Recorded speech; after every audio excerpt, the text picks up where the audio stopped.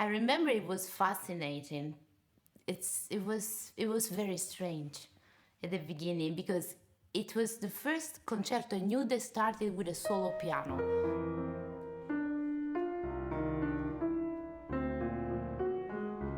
And then the orchestra that comes in really quietly after just a little bit.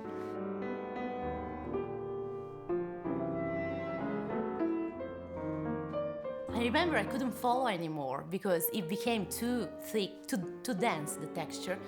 And for me, it was just like the impression of splashes of color.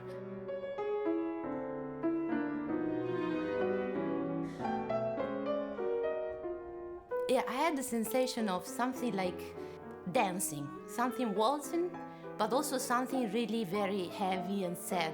So my first impression was like it's a funeral waltz.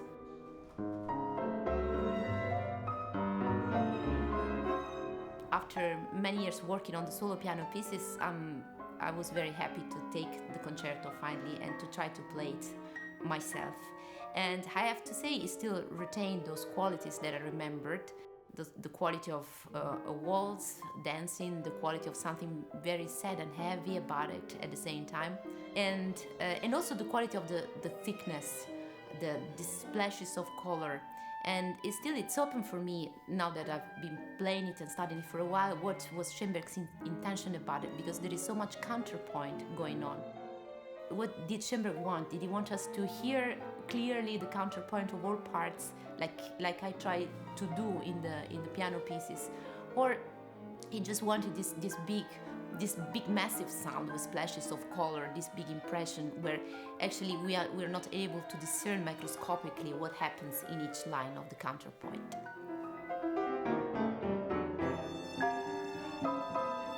I wondered, first of all, if it would be possible to hear all the lines moving separately, more clearly, with less instruments. Another thing that fascinated me about the concerto is this waltz rhythm. And I thought maybe with reduced orchestra, with like a big chamber ensemble, it would be easier to get this waltz rhythm, this rhythmical flexibility in the dialogue among the instruments. And so these were the first things that made me think it would be really interesting to have a reduced version of the piano concerto.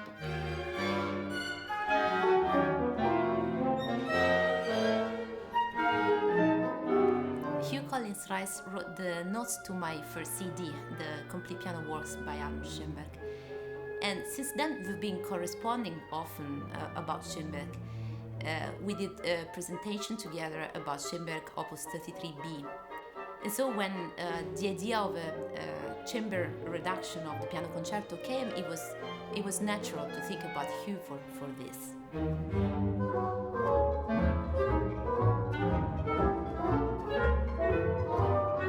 Schoenberg scored the piano concerto for a full orchestra, double woodwind, full brass section, percussion and strings. This transcription reduces that to 14 solo players.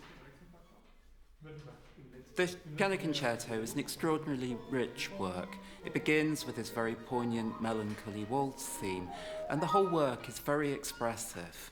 But it also has a great structural integrity because of the serial method that Schoenberg uses. It's full of connected motivic fragments. Sometimes these are put into very dense contrapuntal statements, but it's always combined with this expressive imperative. Let's try the four movement, if you can do it till then. Schoenberg, of course, transcribed other people's music and his own frequently. He often did this to make music more accessible, more performable. Famously, he transcribed the Brahms Opus 25 piano quartet for orchestra, and it's probably one of his best-known works today. So I'm pretty sure that Schoenberg would have approved of transcribing the piano concerto for a smaller ensemble. Towards the end of his life, he wrote a letter to Robert Kraft, who had asked if there was a transcription for 12 instruments of the concerto. Schoenberg replied saying that there wasn't, and that in any case a transcription would probably need 20 to 24 players, with doubled strings and brass. My transcription is for a much smaller ensemble than that, which is maybe a risk given that Schoenberg said that it needed more players. But by using the ensemble of the chamber symphony, it connects the work with an earlier phase in Schoenberg's compositional career.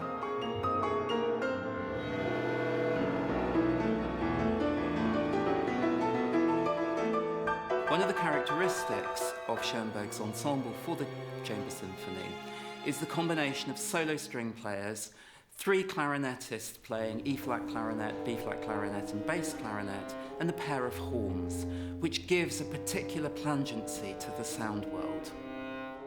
This is an instrumentation which seems to me to be particularly associated with Schoenberg's sound world in pre-war Vienna.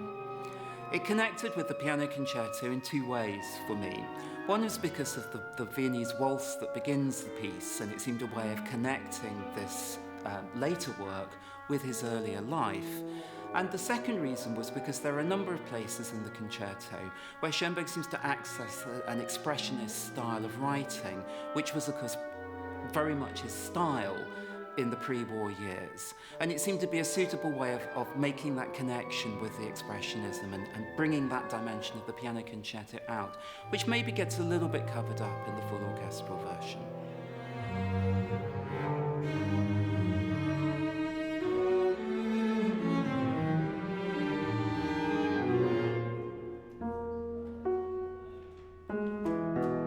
It's been a great pleasure to work with Pina on the piano music of Schoenberg. She and I share a great belief in the importance and beauty of this music. Her playing is characterized by an extraordinary attention to detail, but also an expressive flexibility.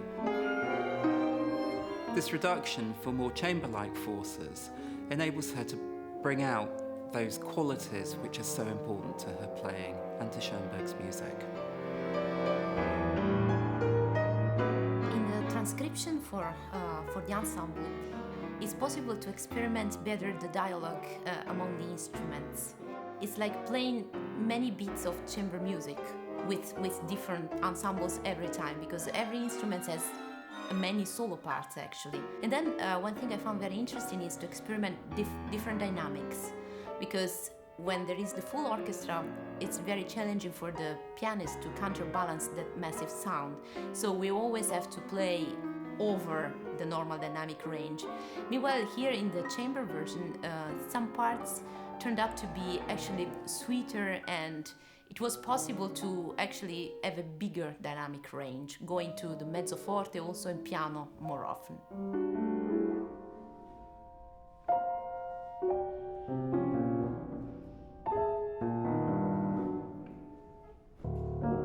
There were several particular challenges about making the reduction.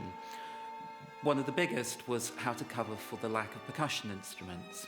In the event, that wasn't too difficult. It was easy to substitute other instruments, high woodwinds and strings for the xylophone, batuto strings for the side drum, etc.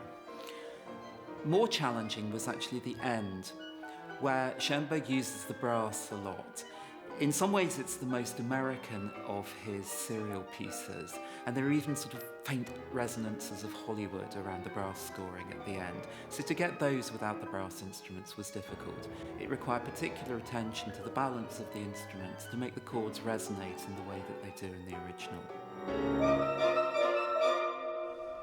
One of the biggest hopes I have for this project is that it can bring this wonderful piece to a broader audience, because chamber ensemble is logistically easier to program, and maybe the public can feel an ensemble closer than a full orchestra, and maybe can follow better this music, having a sense of nearness and closeness to the musicians themselves. I think Schoenberg's music continues to be important, crucial maybe. This is a music which combines fastidious technique with expression, and that combination is always important to composition.